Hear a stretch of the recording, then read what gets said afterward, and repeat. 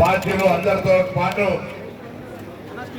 MC HRD లోపల మొత్తం హైదరాబాద్ జంట నగరాలకు సంబంధించినటువంటి రివ్యూ జరిగింది. దాని తదుపరి నిన్న పల్కంపేట ఎల్లమ్మకు సంబంధించినటువంటి కళ్యాణ ఏర్పాట్ల గురించి అక్కడ ఆ దేవాలయ పరిధిలో అక్కడ కూడా నిన్న సమావేశం జరిగింది. హైదరాబాద్ ఆషాఢ బోనాలకు తొలి బోనంగా గోల్కొండ కోట నుండి ప్రారంభమయ్యేటువంటి తొలి బోనానికి సంబంధించి 26వ తేదీ నాడు